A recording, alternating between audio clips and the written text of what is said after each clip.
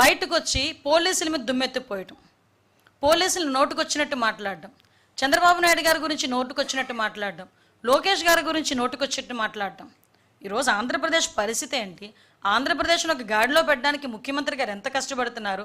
ఒక ప్రతిపక్ష నాయకుడు హోదా లేకపోయినా ప్రతిపక్ష పార్టీకి ఒక నాయకుడిగా ఉన్నందుకు నువ్వు ఇవ్వాల్సిన ఒక సద్విమర్శలు చేయకుండా నోటుకొచ్చినట్టు ఇలాంటి మసిపూసి మారేడుకాయలు చేసే పరిస్థితి చేస్తూ ఉంటే ప్రజలు నిన్ను నమ్ముతారా? నువ్వు చేసిన ఆ రోజు చేసిన కోడికత్త వ్యవహారం, గులకరాయి వ్యవహారం అక్కడితో క్లోజ్. ఇంక అక్కడి నుంచి ప్రజలు నమ్మే పరిస్థితులు అయితే కనిపించట్లే. ఈరోజు మేము పరదాలు పెట్టట్లే, మీకు హౌస్ అరెస్టులు చేయట్లే, మీకు పర్మిషన్లు ఇస్తానమంటున్నాం, కనీసం మహిళల మీద కన్సర్న్ లేదు. నేను ఈరోజు క్లియర్గా జగన్మోహన్ రెడ్డి గురించి చెప్తున్నా, నువ్వు నిజంగా యాత్ర చేయాలి, నిజంగా పరామర్శించాలంటే ప్రశాంతి రెడ్డి గారి ఇంటికి వెళ్ళి పరామర్శించు. కనీసం నీ మీద ఒక నమ్మకమైన వస్తుంది ఎవరికైనా.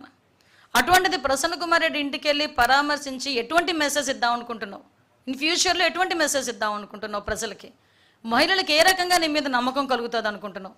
నీ పార్టీలో ఉన్న వాళ్ళు నోటుకొచ్చినట్టు మాట్లాడితే కట్టడి చేయలేని పరిస్థితిలో నువ్వు ఉండే పరిస్థితి నీది. అది ఈరోజు ఒకటే క్లియర్గా చెప్తున్నానండి, జగన్మోహన్ రెడ్డి ఎట్టి పరిస్థితుల్లోనైనా మహిళలకి క్షమాపణ చెప్పాలి, తల్లికి చెల్లికి క్షమాపణ చెప్పాలి, మహిళలందరికీ కూడా క్షమాపణ చెప్పాల్సిన పరిస్థితి ఉంది.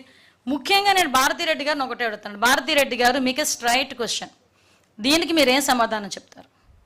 ఈరోజు మీ టీవీలోనే ఇలా మిక్స్ చేసి పాత టూర్ని కూడా ఈరోజు టూర్లో భాగంగానే చూపించుకున్న మీరు ఏం సమాధానం చెప్తారో చెప్పాల్సిందిగా భారతిరెడ్డి గారిని కోరుకుంటున్నా. అట్ ద సేమ్ టైం మళ్ళీ చెప్తున్నా, మీరు ఏదైనా మీటింగ్లు పెట్టుకోవాలనుకున్నా కూడా పర్మిషన్ ఉండడానికి మాకు ఎటువంటి అభ్యంతరం లేదు. పరామర్శలకు వెళ్తున్నారంటే మీరు ఎంతమంది వెళ్తున్నారో చెప్తే దానికి సంబంధించిన బందోబస్తు ఇవ్వడానికి కూడా మాకు ఎటువంటి అభ్యంతరం లేదు. కానీ పరామర్శ అని చెప్పి బలప్రదర్శన చేస్తాము, అదేవిధంగా ఇష్టం వచ్చినట్టు బిహేవ్ చేస్తామంటే కనుక ఊరుకునే పరిస్థితి లేదు. మీకు ఇంకో విషయం చెప్పడం మర్చిపోయాను. ఈరోజు యాత్రలో కూడా మా ఒక కానిస్టేబుల్ మాలకొండయ్య గారు అనే కానిస్టేబుల్కి చెయ్యి ఇరిగిపోయింది. ఈరోజు ప్రసన్న కుమార్ రెడ్డి గారి ఇంటి దగ్గర ఉన్న జనాలు కావాలని తోసుకుంటూ అక్కడికి వెళ్ళి అక్కడ ఉన్న మా కానిస్టేబుల్ చెయ్యి కూడా ఇరిగిపోయే పరిస్థితి.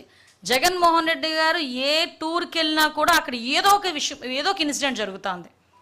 ఆ రోజు మీకు తెలియదు, రెంటపల్లి వెళ్ళారు, అక్కడ ముగ్గురు చనిపోయిన పరిస్థితి.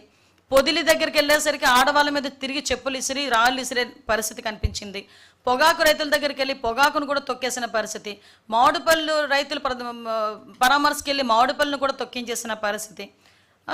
పరిస్థితులు ఎలా ఉన్నాయో ఒక్కసారి మనం కూడా ఆలోచన చేసుకోవాల్సిందిగా కోరుకుంటూ మళ్ళీ చెప్తున్నామండి. మళ్ళీ వేరే మాట్లాడితే కేసులు పెట్టేస్తున్నారు అంటారు. చెయ్యిలు కొట్టేస్తే చంపేస్తే కేసులు పెట్టరా అండి? కేసులు పెట్టరా?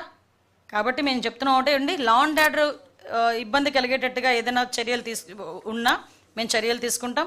అదేవిధంగా ప్రజలకు ఇబ్బంది కలిగేటట్టు ఏమైనా ఉన్నా కూడా కంపల్సరీగా మేము చర్యలు తీసుకుంటాం.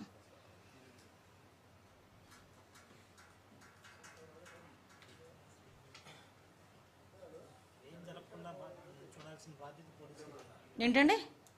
ఎస్, నిజంగా ఏమి జరగకుండా చూడాల్సిన బాధ్యత పోలీసులదని ఆయన మాట్లాడినప్పుడు ఆయన దేనికి కమిట్ అయ్యాడో దానికి కమిట్ అవ్వమనండి. ఆయన ఆన్ పేపర్ దేనికి కమిట్ అవుతున్నారు? మేము ఇంతమందే వస్తాము, మేము ఎక్కడ జనాలు మొబిలైజ్ చేయట్లేదు, మేము పలానా దగ్గర హెలికాప్టర్ దిగుతాము, పలానా టైంకి జైలుకి వెళ్ళి పరామర్శిస్తాము, అక్కడ నుంచి ఇన్ని కిలోమీటర్లో ప్రసన్న కుమార్ రెడ్డి ఇంటికి వెళ్ళి పరామర్శిస్తాము, ఇంతమందితో వెళ్తున్నాము, వెళ్ళమనండి, మేము కూడా సహకరిస్తాం. మేమేమి ఇంట్లో కూర్చోండి నోటీసులు ఇవ్వట్లేదు కదా వాళ్ళకి. మీరు రండి, మీరు ఎంతమంది చెప్తారో దానికి స్టాండ్ బై అవ్వండి, మేము కూడా అలాగే మీకు పర్మిషన్స్ ఇస్తాము, ఏమి జరగకుండా బాధ్యత తీసుకుంటాము. మీరేమో పరామర్శని పేరు పెట్టి బల ప్రదర్శన చేస్తూ ఉంటే ఎలా అవుతుంది? ఒకసారి అతను కూడా ఆలోచన చేసుకో.